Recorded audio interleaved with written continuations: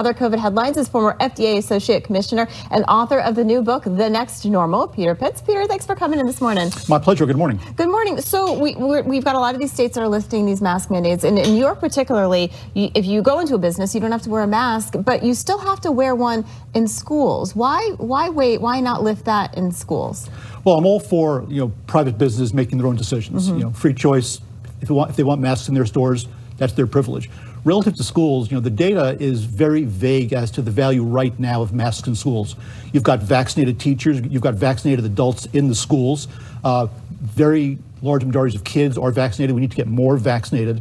And the variant has less severe side effects. When kids get sick, and they do, they get sick quickly, the symptoms are mild, and they get through it. If we even know they have it. That's right. Oftentimes they're asymptomatic. Yeah. And if adults in schools get sick and they're vaccinated, similarly, they get a mild case and they get through it. So do you think, there's some theater involved in this. How can you tell people they can take their masks off in businesses, but the part of our population that's least vulnerable, little kids, still have to wear these masks in Los Angeles, in New York State? How can they justify that? How do you square with that? Well, first of all, you can't square it on the science, which is problem number one. Problem number two is there's a total lack of credibility.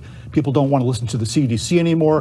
They never wanted to listen to President Biden. He changes his mind every 15 minutes. Right. So the question then becomes, what are parents seeing their peers do? They're going to stores, they're taking off their masks. Their kids are kind of getting tired of wearing masks. They're learning, but there's no real reason for it to happen. I think it's time, certainly in New York, where we are right now, for Governor Hochul to let that lapse as well and let cities and municipalities make their own decisions, which is a whole other conversation relative to teachers' unions and stuff. Right, yeah, because they're already, I saw in Massachusetts, they're already pushing back on that.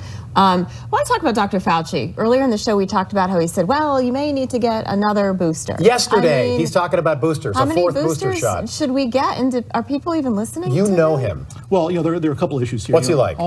First on the question of boosters, we get a flu shot every year. We'll probably need to get a booster shot for COVID every year. Why don't they just frame it like that then? And they're looking to make a combination price. You need one shot. Yeah. Why aren't they making that? Because they can't communicate their way out of a paper bag. Exactly. Tony Fauci's been a great public servant. He got his Presidential Medal of Freedom. Has he been a great public servant, though? I think I take issue with that. Well, I don't know if he was good on AIDS, and he certainly hasn't been good on COVID. He's been there a while. Is that the criteria? Well, let's just say he's had a long and interesting career. Illustrious career, maybe for the wrong reasons. And he's got his bobblehead. Right.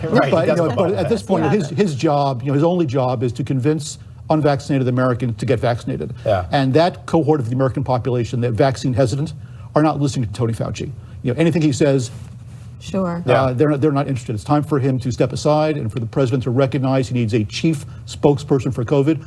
If you think about it, who is that in the administration? Nobody's quite sure. He's certainly on TV a lot. Yeah. But what about the Surgeon General, Vivek Murthy? He's a solid guy. It's kind of the Surgeon General's job to communicate to the American public, and he's good at it. Yeah.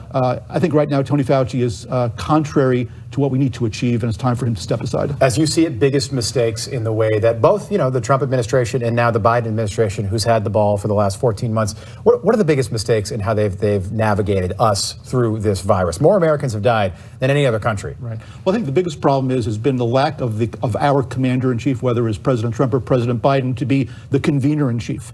Talk to governors and mayors and leaders of big businesses and have one message and have one decision reached by everybody, some type of consensus, as opposed to 50 state rules and 30 city rules within each state and each big business doing a different thing.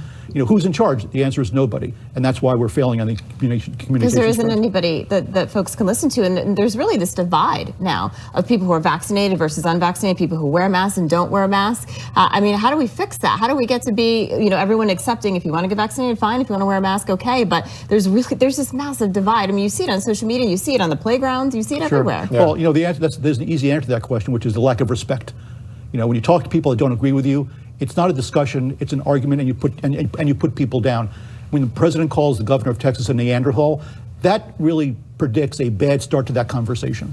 That means people immediately stop listening. And that's got to get turned around. And it's gone on for way too long. It's gone on for way too long. And it's getting worse. We've got all these Democratic governors saying, no, you don't have to wear masks, and everybody's okay with it like it's not about politics. Clearly, they're not following the science. It's all about politics now. Right. And following the numbers. Infection rates tell the story. Yeah, I appreciate you being with us. Come see us again. The Next Normal is the book. Yes. Thank you. The Next Normal sort of concludes that we should go back to the old normal, not this new weird hybrid normal. Well, next is exciting because you never know what's around the corner, and especially in healthcare, innovation is so crucial. I like Yeah, that. that's like great. us here on Wake Up America. You never know what you're gonna what's get. coming up next. We appreciate you being with us. Thank you so much, Peter Peter Pitts. All right, we got a lot more coming up this morning on Wake Up America. The growing fentanyl problem